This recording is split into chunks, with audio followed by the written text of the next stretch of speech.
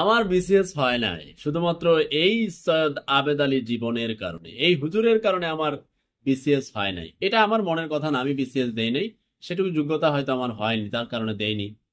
But অনেকে যে BCS দিয়েছে তারা পায়নি, তার আজকে ফলাফল বেরিয়ে আসছে। 13 বছর ধরে, 33 থেকে 46তম বিসিএস পর্যন্ত, এই 13 বছর ধরে এই বিসিএস এর প্রশ্ন ফাঁস, বহু প্রশ্ন ফাঁস করে বহু মানুষের জীবনকে নাশ বিনাশ করে শেষ করে দিয়েছে। আজকে তারা যে দুর্নীতি করে এবং তারা লোপাট করে, চুরি ডাকাতি, ঘুষ, তারা সবকিছু করার কারণ তারা নামাজ বাদ দেয় না। তারা কেন সব অন্যায় অপরাধ করার পরেও তারা ধারাবাহিকভাবে হজ করে, নামাজ পড়ে? কি কারণে আমি এক জায়গা থেকে জেনেছিলাম আর কি, সেটা ভুল শুদ্ধ আমি জানি না। তারা একটা কথার উপর খুব বিশ্বাস করে। মাঝে মধ্যে আমাদের সম্মানিত শ্রদ্ধেয় হুজুররা বয়ান করে থাকেন, যাই করো না কেন নামাজ ছাড়বা না।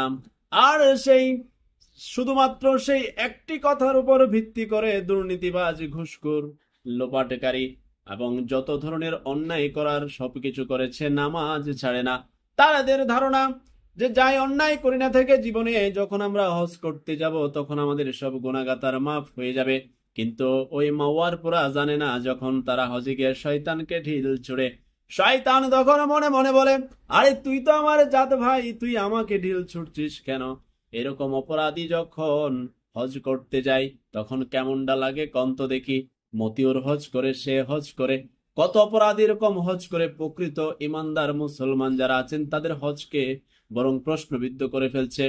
আমি বিনয়ের সহিত, একেবারে বিনয়ের সহিত হুজুরদের নিকট বলতে চাই, আপনারা একটু ভেঙে দিবেন যে এরকম ঘুষখোর, দুর্নীতিবাজ, লোপাটকারী, সুদখোর যতই অন্যায় করে, এসব অন্যায় করে তুমি যদি নামাজ পড়ো, হজ করো, তোমার হজ এবং নামাজ গুলো কবুল হবে না।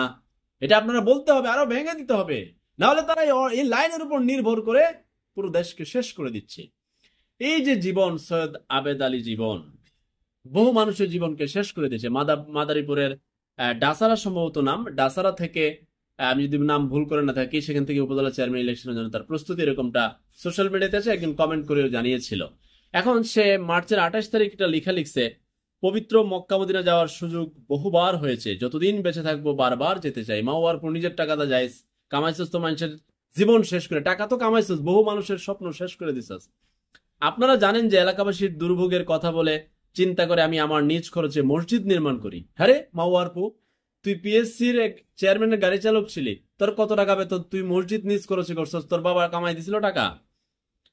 আমার মসজিদের ইমাম সাহেবকে কিছুদিন আগে উমরা করে নিয়ে এসেছি। আরে মাওয়ারপু করে কি, মসজিদও নির্মাণ করছে, এর মসজিদের ইমামরে আবার উমরাও করায় আনছে। ইমাম সাহেব প্রশ্ন করলেন না কেন যে তার ইনকামের সোর্স কি? আজকে ইফতার শেষে আল্লাহ তাআলার কাছে এই ফরিয়াদ করি, প্রতি বছর যেন আমার ডাসার উপজেলার অন্ততপক্ষে একজনকে হলো পবিত্র নগরীতে উমরা করার জন্য পাঠাতে পারি। তোর বাবার টাকা দা পাঠাস নাকি? মাওয়ারপু, মানুষের জীবন শেষ করে ফেলাইছস, নামাজ মিস দেস না।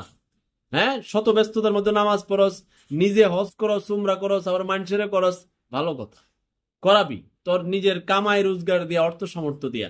কিন্তু 13 বছর ধরে এই বিসিএস সহ গুরুত্বপূর্ণ পরীক্ষার প্রশ্ন ফাঁসের সাথে জড়িয়ে কোটি কোটি টাকা কামাই করে, নিজে চরস দামি গাড়িতে, পোলারে চরস দামি গাড়িতে, এবং কুয়াকাটাতে আপনার একটা বড় হোটেল করছে।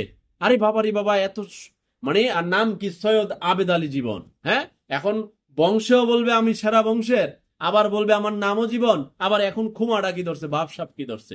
হজ করে আসছে, মানুষকে হজ করায়, মসজিদ নির্মাণ করে, মসজিদের ইমামরে উমরা করায়। ইমাম সাহেব প্রশ্ন করলেন না যে মাওয়ার পুতর ইনকামের সোর্স কি? মানে চিন্তা করেন সমাজ কোন জায়গায় নিয়ে দাঁড় করিয়েছে। তো এত সব অপরাধী ওরা জানে না যে মহান আল্লাহ পাক, পুরো পৃথিবীর মালিক, পুরো জাহানের মালিক, তিনি চাইলে যে কোনো সময় যে কোনো ইস্যু দিয়ে আপনার সম্পদকে, আপনার স্বীকৃত অবৈধ অর্জনকে টিস্যুর মতো ভাসিয়ে দিতে পারে। বিশ্বাস করতে হবে, চাপাবাজি করলে লাভ নাই। আপনারাকে যা দিয়েছে মহান আল্লাহ পাক, চুপ থাকবেন, বৈধভাবে সৎ পথে থাকবেন। সততার মজাই আলাদা। দেখছেন না গলার ভিত্তে কত জোর? কিসের জোর? সততার জোর। একটা লোক এসে বলতে পারবে যে আপনার তো অবৈধ ইনকাম আছে, আপনার তো অবৈধ সম্পত্তি আছে, মা হওয়ার পর সুযোগই তো নাই। গলার জোর বুঝোস না?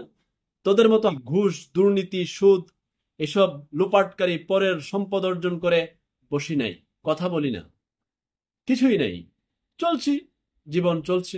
তোদের সমস্যা কি? মাওয়ার পর দেশটারে শেষ করে দিয়েছিস। মতিউর ভাইপার, ফয়সাল ভাইপার, বেনজির ভাইপার, সৈয়দ আবেদ আলী জীবন ভাইপার। এখানে বিসিএস এর প্রশ্ন ফাঁস করার যে লম্বা চক্রে 2033তম বিসিএস এর প্রশ্ন ফাঁস সরাসরি গ্রেপ্তার হয়েছে পুলিশের হাতে খলিলুর রহমান, অফিস সহায়ক পিপিএসসি। তাহলে সে চাকরি করে কিভাবে 13 বছর ধরে? এই প্রশ্নের উত্তর আপনার কাছে আছে? এই লাল চিহ্ন তো দেখেন এই মাওয়ার পুত্রে।